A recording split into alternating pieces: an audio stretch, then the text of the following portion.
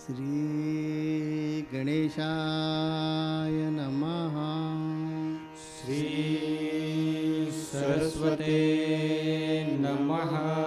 श्री गुरुभ्यो नमः। जगद्गुरु नरेंद्राचार्य महाराज की जय। सद्गुरु काड सिद्धेश्वर महाराज की जय। संत शिरोमणि गजानन महाराज की जय। आद्य जगद्गुरु रामानंदाचार्य महाराज की जय। सिया वल्लभ रामचंद्र की जय। गुरुर्ब्रह्मा गुरुर्विष्णु गुरुर्देवो महेश्वरा गुरुर्साक्षात् परब्रह्म तस्मै श्री गुरवे नमः। सार्थ श्री ज्ञानेश्वरी अध्याय 3 श्रीराम। ऐसे समस्त सुर शिरोमणी बोलिले जेते षाडंग पाणी तेथे अर्जुन म्हणे विनवणी असे देवा। हे जे तुम्ही सांगितले ते सकळ किरम्या परिसिले तरी आता पुसेन काही आपुले अपेक्षित। तरी देवा हे ऐसे कैसे जे आणि स्थिती भ्रमशे मार्गो सांडोनी अनारिसे चालत देखो। सर्वज्ञ ही जे होती ये पाद्य ही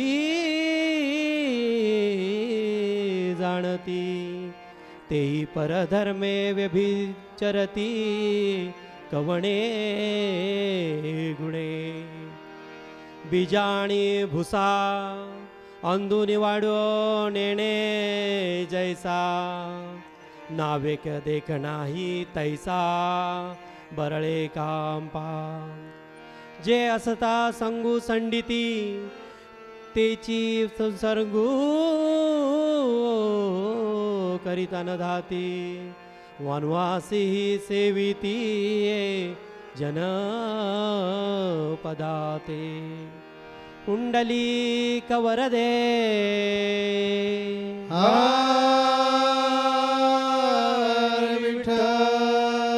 श्री ज्ञानदेव तुकाराम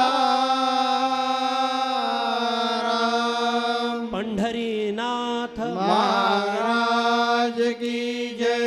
जगद्गुरु नरेंद्राचार्य महाराज की जय। परम श्रद्धेय जगतगुरु स्वामी नरेंद्राचार्य जी महाराज के चरणों में मेरा कोटि कोटि प्रणाम और सत्संग में उपस्थित सभी गुरु भक्तों को मेरा सांप्रदायिक श्री गुरुदेव। पिछले कई सत्संग से हम सुन रहे हैं कि भगवान श्री कृष्ण अर्जुन को युद्ध के लिए प्रेरित कर रहे हैं। दूसरे अध्याय में उन्होंने ज्ञान योग बताया। अर्जुन जब ज्ञान के बारे में सुना कि स्थित प्रज्ञ मुनि कैसे होते हैं, वह ज्ञान से अपने लक्ष्य को प्राप्त करते हैं, तब उसे वो ज़्यादा श्रेष्ठ लगा कहीं न कहीं। क्यों? क्योंकि वह अपना कर्म अपना स्वधर्म छोड़ना चाह रहा था, वह युद्ध नहीं करना चाह रहा था। उसके मन में कहीं न कहीं एक इच्छा थी, एक डर था कि अगर मैं अपने परिजनों को मारता हूँ तो वो पाप कर्म का मैं भागी होऊंगा। इस बात को श्री कृष्ण भगवान अच्छी तरह समझ जाते हैं, उसके मन के भाव को पढ़ लेते हैं और आगे उसे कर्म योग की शिक्षा देते हैं। उसे कहते हैं कि हे अर्जुन, जो तुम ये सोच रहे हो, जो तुम्हारे मन में अगर ऐसा भाव भी आ रहा है कि मैं उनको मारकर पाप कर्म का भागी होऊंगा, तो हे अर्जुन आज ये बात अच्छी से सुन लो, समझ लो कि अगर तुम अपना स्वधर्म नहीं करोगे तो भी तुम उससे ज्यादा पाप के भागी बनोगे। कहते हैं कि मनुष्य को अपने स्वधर्म का पालन करना चाहिए। यहाँ पे अर्जुन का स्वधर्म रणभूमि में है और सामने जो है पाप कर्मी है, उनको मिटाना उसका स्वधर्म है, लेकिन वो उसको पूरा नहीं कर रहा है। उस पर भगवान बार बार स्वधर्म पे उसको शिक्षा दे रहे हैं, बार बार उसके प्रश्नों का उत्तर दे रहे हैं। और वो उत्तर सिर्फ वो अर्जुन को ही नहीं दे रहे हैं, वो उत्तर हमें भी दे रहे हैं। आज वही उत्तर, वही भगवान श्री कृष्ण का रोल आज हमारे जगत गुरु श्री भी कर रहे हैं। आज हम अर्जुन के रूप में हैं, यहाँ पे बैठे हुए हैं, और वो आज इस सत्संग में हमारे जीवन में एक कृष्ण की भूमिका निभा रहे हैं। आज इस कलयुग में हम बहुत चीज़ों को प्रैक्टिकली ही समझते हैं। अगर हम कुछ बताएं तो लोग तब तक नहीं मानते जब तक अपनी आंखों से नहीं देखते। अगर हम स्वधर्म को जानना चाहें तो साक्षात उदाहरण हमारे जगत गुरु श्री हैं। वो जगत गुरु हैं, इसलिए उनका स्वधर्म है कि हम जो अज्ञानी हैं, जो बद्ध जीव हैं, उनको उनका स्वरूप पहचानना, उनके मानव धर्म के जो स्वधर्म है, कर्तव्य है, उसको समझाना। वो हमें बताना चाहते हैं कि तुम आए क्यों हो, क्यों तुम्हें ये मनुष्य जीवन मिला है। इसीलिए तो वो बार बार हमें भक्ति करने कहते हैं। जब भी हम उनसे मिलने आते हैं, हम अपनी कोई भी दुविधा, कोई भी उनका मार्गदर्शन अगर उनसे लेना चाहते हैं तो रास्ते तो बता देते हैं कि ये करो, लेकिन उनका लक्ष्य हमें भक्ति मार्ग पर लाना है। हमें हमारे स्वस्वरूप से हमारी पहचान करानी है। इसीलिए तो वो हमें 10 मिनट की भक्ति करने बोलते हैं, कम से कम 10 मिनट। इसका हमें अन्यथा नहीं लेना चाहिए कि 10 मिनट तो हम घड़ी में देखें कि इतने बजे शुरू किया तो इतने बजे खत्म हो जाए। जैसे अर्जुन अपने स्वार्थ के लिए वो ज्ञान योग को मन में पकड़ के बैठा है, लेकिन भगवान कहते हैं कि अपना स्वधर्म कैसा भी हो, कितना भी कठिन हो, उसे पूरा करना चाहिए। हमारे जगत गुरु श्री का जो कार्य है, जो उनका स्वधर्म है, क्या उसमें कठिनाई नहीं आती? कितनी कठिनाई आती है। अलग अलग विचार के लोग हैं, सबकी सोच अलग है, सबकी बुद्धि है अलग है, कार्य करने की क्षमता अलग है, फिर भी उनका जो स्वधर्म है सामाजिक कार्य करना, लोगों को भक्ति पथ से ले जाते हुए उन्हें उनकी इंद्रियों को सत्कर्म में लगाना। इसके लिए वो अलग अलग लोगों से उसी हिसाब से बात करते हैं, उसको समझाते हैं ताकि लोग संग्रह करके समाज का कल्याण कर सकें। यही बात भगवान श्री कृष्ण समझा रहे हैं। और हम तो इतने भाग्यवान हैं कि हमें जगत गुरु श्री साक्षात उनके कर्मों को देकर हमें अपने स्वधर्म का पालन करना चाहिए। भगवान श्री कृष्ण क्या सिर्फ एक श्लोक बोल के अपना विराट रूप दिखा के अर्जुन को ज्ञान नहीं दे सकते थे? क्या उनके लिए कठिन था? बिल्कुल नहीं। लेकिन शायद उन्होंने जो ये पूरे अध्याय लिखे वो कहीं न कहीं आगे हमको भी समझाना चाहते थे, उपदेश देना चाहते थे। और ये हमारी कितनी पिछले जन्मों की पुण्य है जो कि वही कार्य हमारे जगत गुरु श्री आज कर रहे हैं। उसी गीता को टीका के रूप में अपने शब्दों में ज्ञानेश्वरी महाराज को माध्यम बनाकर सत्संग के माध्यम से देश के कोने कोने में, घरों घरों में वो उसी ज्ञान को पहुंचा रहे हैं, उसी स्वधर्म को सिखा रहे हैं कि हे मनुष्य, तू आया है किस लिए, इसको तू पहचान। आइए अब हम वापस से ज्ञानेश्वरी पे आते हैं। जब भगवान श्री कृष्ण अर्जुन को आदेश देते हैं कि हे अर्जुन, अब बहुत हो चुका, अब उठो, अपने धनुष बाण को उठाओ और रथ पे सवार हो जाओ युद्ध करने के लिए। भगवान अब तक बड़े ही माता के रूप में, रोल में उनको समझा रहे थे, लेकिन उनके चेहरे पे वो जो थोड़ा सा तेज देख के अर्जुन भी कहीं ना कहीं समझ गया कि अब कोई रास्ता नहीं है इधर उधर से निकलने का, अब मैं प्रश्नों में फंसा नहीं सकता, क्योंकि गुरु तो गुरु ही होते हैं। वो हमारे चेहरे के एक एक्सप्रेशन से, एक भाव से समझ जाते हैं कि हमारे अंतःकरण में चल क्या रहा है। वो इसको समझ जाता है और फिर कहता है कि हे प्रभु, हे मधुसूदन, मैं युद्ध करना तो चाहता हूँ, पर कुछ ऐसी चीज है मेरे अंदर जो मुझे मेरा स्वधर्म करने से रोक रही है। वो इस प्रश्न को कैसे पूछता है? वो अपने बारे में ही नहीं, ज्ञानी मुनियों सबका उदाहरण देके कहता है कि सिर्फ मैं ही अपना स्वधर्म करने से नहीं, मैं चाहता तो हूं, लेकिन कुछ तो ऐसा कारण है जो मुझे मेरा स्वधर्म करने से रोक रहा है। यहां पे अब वो समझ गया है कि अब उसकी बातें अब चलने वाली नहीं है, क्योंकि गुरु अब थोड़ा सा उनका स्वभाव अपने एक सार्थिक रूप में कि नहीं तुम करो, तुमको करना ही पड़ेगा युद्ध। वो कहता है अथ केन प्रयोक्तो अयम पापम चरति पुरुषः अनिच्छन्नपि वाष्णेव बलादिव नियोजितः। वो कहता है कि हे माधव, मनुष्य क्यों अपना स्वधर्म को छोड़ देता है? दीदी ऐसा है कि अर्जुन जो है अभी भी भागना चाहते हैं, उनके मन में अभी भी युद्ध करने का तय हुआ नहीं है। भगवान कृष्ण जो है वो उनको आदेश देता है, अभी अभी आपने बताया कि चलो उठो और रथ पर सवार हो जाए और आपका जो काम है वो काम करो। ये सब ठीक है, तो भी अर्जुन का मन युद्ध करने के लिए तैयार नहीं है। आज भी एक क्षण भी अर्जुन भागने का प्रयास कर रहा है। इसी कारण अर्जुन भगवान कृष्ण को प्रश्न पूछता है कि हे भगवान, हमें ये बताइए कि स्वधर्म छोड़कर लोग परधर्म का पुरस्कार क्यों करते हैं? अभी आपने बताया ना कि परधर्म कितना भी अच्छा हो लेकिन वो नहीं अपनाना चाहिए, अपना खुद का जो स्वधर्म है वही अपनाना चाहिए, उसमें हित है। ये बात आपने बोली ना, ये मुझे समझ में आ गई, ये मुझे पटता है। लेकिन भगवान मेरे मन में एक शंका है।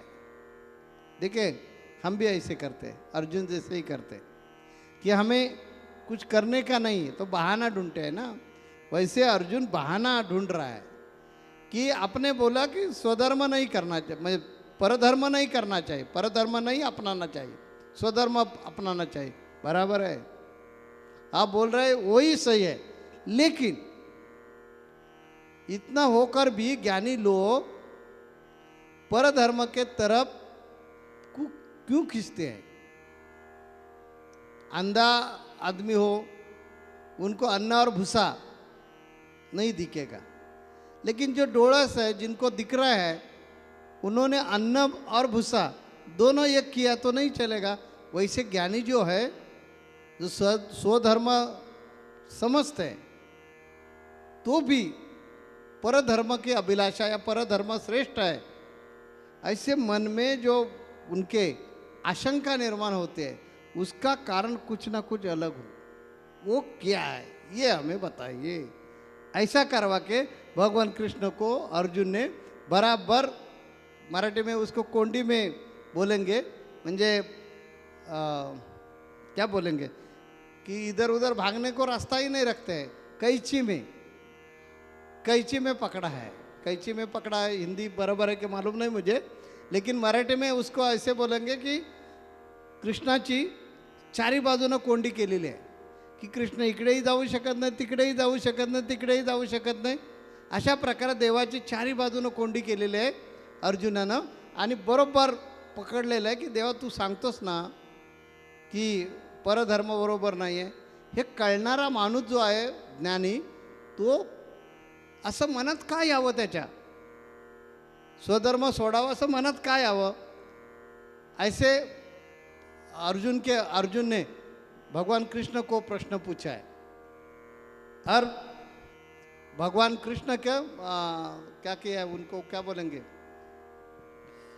भगवान कृष्ण के सामने प्रॉब्लम क्रिएट करके रख दिया है। चलिए, यहाँ पे अर्जुन भगवान को अपने ही प्रश्नों में फंसा दिए अब कृष्ण को उनको अपने प्रश्नों में फंसा दिए, लेकिन कृष्ण भगवान अच्छी तरह से जानते हैं कि उससे निकलना कैसे है।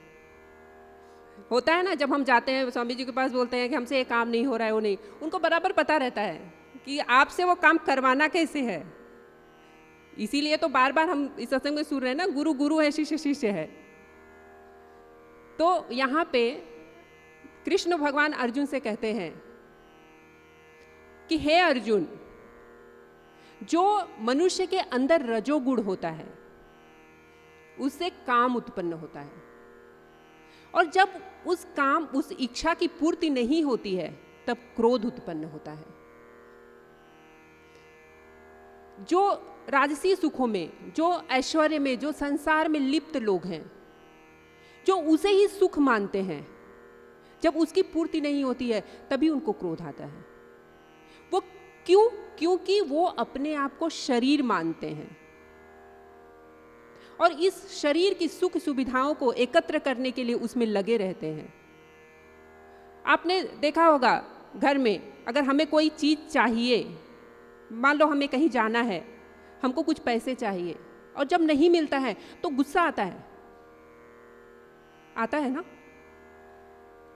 यही कारण है कि जब हम सुख चाहते हैं, अपने शरीर को, अपने आप को शरीर मानते हैं, आत्मा मानते ही नहीं है। अगर हम आत्मा मानते तो इन सुख सुविधाओं की जरूरत ही क्या थी। हमारे जगत गुरु श्री को देखा आपने, एक ही परिधान में देखा होगा उनको। मैं जब से देख रही हूं उनको, 10 साल हो गए, उनको एक ही परिधान में देखा है मैंने। क्या उनको इच्छा नहीं होती होगी कि इतने नए नए वस्त्र बन रहे हैं आजकल, इतने नए नए डिजाइन आ रहे, इतने डिजाइनर बना रहे, लेकिन उनको मन नहीं होता होगा? नहीं, क्योंकि वो ज्ञानी हैं। वो अच्छी तरह से जानते हैं कि वो शरीर नहीं, आत्मा है। क्योंकि जीवन में गुरु ही ऐसे हैं जो हमें हमारे सारे प्रश्नों के उत्तर दे सकते हैं। इसीलिए कितने भी गूढ़ विषय हो, कितने भी हो, जब हम अपने गुरु से पूछते हैं तो उसका बड़ा ही सरलता से जवाब दे देते हैं। वैसे ही जैसे अर्जुन जो भी पूछ रहा है, कितनी आसानी से भगवान श्री कृष्ण उसको बता रहे हैं। अब उन्होंने बताया कि मनुष्य को अपने स्वधर्म से हटने का एक कारण क्रोध है। अर्जुन के साथ जो प्रश्न है उसके साथ देखिए, ये ऐसे प्रश्न हमारे भी जिंदगी में आते हैं। हम सदगुरु के पास आते हैं और सदगुरु हमें मार्ग बताते हैं कि देखिए भाई, जो इंसान का जन्म मिल गया है, ये जन्म सिर्फ प्रपंच करने के लिए नहीं है। बाल बच्चे, जमीन जायदाद, गाड़ी घोड़ा, इतने में सुख मिलवाने के लिए ये जन्म नहीं है। शादी विवाह करना, बाल बच्चे होना, अच्छे नौकरी पर जाना, माँ बाप की सेवा करना, समाज की सेवा करना, इतना ही ये मनुष्य जन्म का उद्देश्य नहीं। मनुष्य जन्म कब मिलता है? अनेक प्रकार का पुण्य हमारे संचित में इकट्ठा हो जाता है, तब 84 लक्ष योनि में एक दफा मनुष्य जन्म मिलता है। इस पर एक अच्छा अभंग है, लेकिन मराठी में है। नामदेव महाराज जी ने बताया है, जन्मो जन्म आम्ही बहु पुण्य केली, देवाया विठ्ठले कृपा केली। इसका अर्थ ऐसा है कि अनेक जन्मों में, पिछले अनेक जन्मों में हमने ऐसा कुछ कर्म किया है, और यह कर्म का फलस्वरूप जो पुण्य हमारे संचित में इकट्ठा हो गया, तब विठ्ठले कृपा केली। विठ्ठल यानी इधर परमात्मा लेने का, ये परमात्मा ने कृपा की और 84 लक्ष योनि में हमें मनुष्य जन्म दिया। संत कबीर जी ये नरदेह का वर्णन करते समय बताते हैं, पशु का हो तो पनैया, नर का कछु न होए। म्हणजे यानी उनका जो चमड़ा है वो चमड़े का जोड़ा बन सकते हैं, लेकिन इंसान ने प्रयत्न किया, इंसान के चमड़े का जोड़ा बना नहीं सकते, लेकिन इंसान ने प्रयत्न किया, मानव ने प्रयत्न किया, तो यही मानव नारायण हो सकता है। इतनी क्षमता यह देह में मिल गई है। इस कारण हर साधु संतों ने ये मानव जन्म का गौरव किया है। हमने तो हमारे गजर में बताया है, ओम श्री गुरुदेव म्हणा, हा जन्म नाही पुन्हा, हा जन्म आहे भक्ती करण्याचा, हा जन्म आहे मुक्ती मिळण्याचा, हा जन्म नहीं पुनः। इसका अर्थ ऐसा है कि आप गुरु मार्ग से चलिए और ये ध्यान में रखिए, ये हमें जो वाणी मिली है, भगवान ने हमें जो परा, पशंती, मध्यमा और वैखरी 4 प्रकार की जो वाणी दी है, वैसे वाणी 84 लक्ष योनि में किसी को नहीं है। ये वाणी का बलपूर्वक प्रयोग करवा के उनसे संधान करो, वो यानी परमात्मा, उनसे संधान करो और उसकी प्राप्ति होने के लिए प्रयत्न करो, क्योंकि ये जन्म है भक्ति करण्याचा, ये जन्म है मुक्ति मिलण्याचा। मैं यही जन्म में मुक्ति मिल जाएगी, बाकी कोई भी जन्म में मुक्ति नहीं मिलेगी।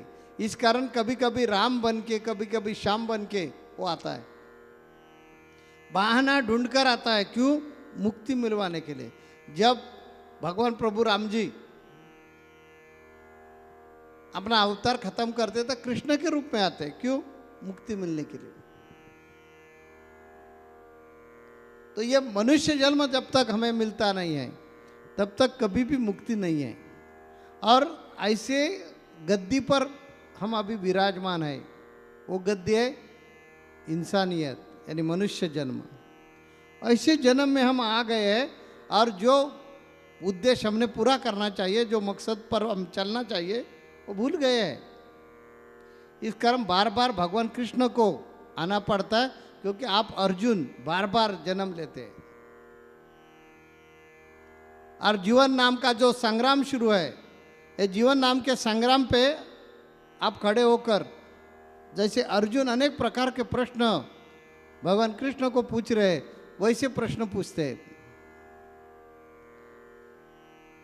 वायदा भी करते हैं कि ये मेरा फलाना काम हो गया ना कि हम ये करूँगा, यानी प्रॉमिस देते हैं, पालते नहीं है। इसलिए बार बार भगवान कृष्ण को साधु संतों के रूप में आना पड़ता है। और आपको ये संत संघ के माध्यम से, ये संत संघ ऐसे समझो कि कुरुक्षेत्र के रणांगण ऐसे समझो, और उधर आप सब लोग आए हैं और जीवन कितना मौल्यवान है ये समझकर ले रहे हैं। अर्जुन की भी ऐसी अवस्था है, अर्जुन को युद्ध करने का नहीं है मन में। अर्जुन के मन में और भी डर है कि नहीं ये भगवान बता रहे, ठीक है, मान्य है। ज्ञान योग से उनको समझ में आ गया ना कि इंसान का अंतिम ध्येय है मुक्ति मिलवाना। अर्जुन ज्ञान योग से क्या सीखा? अंतिम ध्येय क्या है वो उनके मन में है कि मोक्ष मिलवाना। तो मोक्ष कौन से भी परिस्थिति में हम मिलवाएंगे ही। उससे बाहर निकालने के लिए भगवान ने कर्म मार्ग उनको बताया, और कर्म ऐसा बताया उनको कि देखिए ये ऐसा ऐसा कर्म किया तो गलत होता है, उससे पाप होता है, लेकिन ऐसा कर्म किया तो पुण्य होता है। ये समझाने के लिए निष्पृह निरीक्ष स्थित प्रज्ञ व्यक्ति का उदाहरण उन्होंने दिया।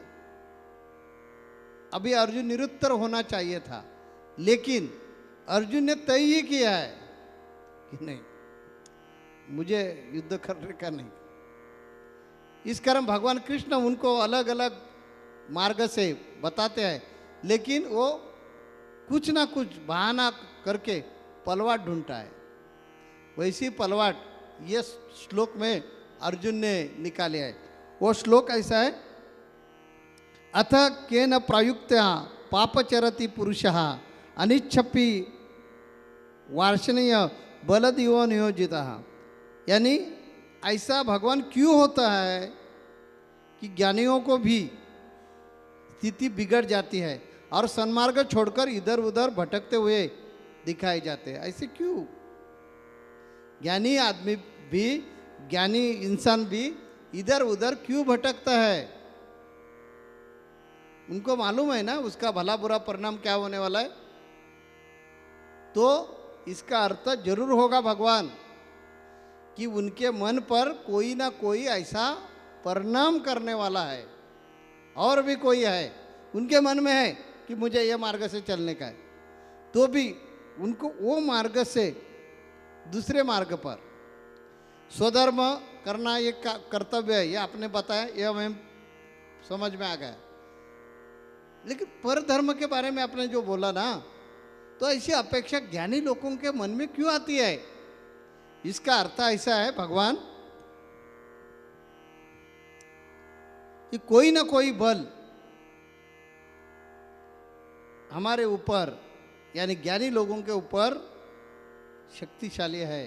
कोई ना कोई बल बाहर से प्रयोग कर रहा है, इसी कारण इधर उधर भटकना पड़ता है। ये बल क्या है वो बताइए। ऐसे प्रश्न भगवान के सामने अर्जुन ने खड़ा किया है। उसका जवाब भगवान कृष्ण उनको 100% देने वाले हैं, देंगे, क्योंकि वो सदगुरु है। तो क्या देते हैं जवाब, वो हम अगले सत्संग में सुनेंगे। तब तक हमारे वाणी को हम विराम देते हैं।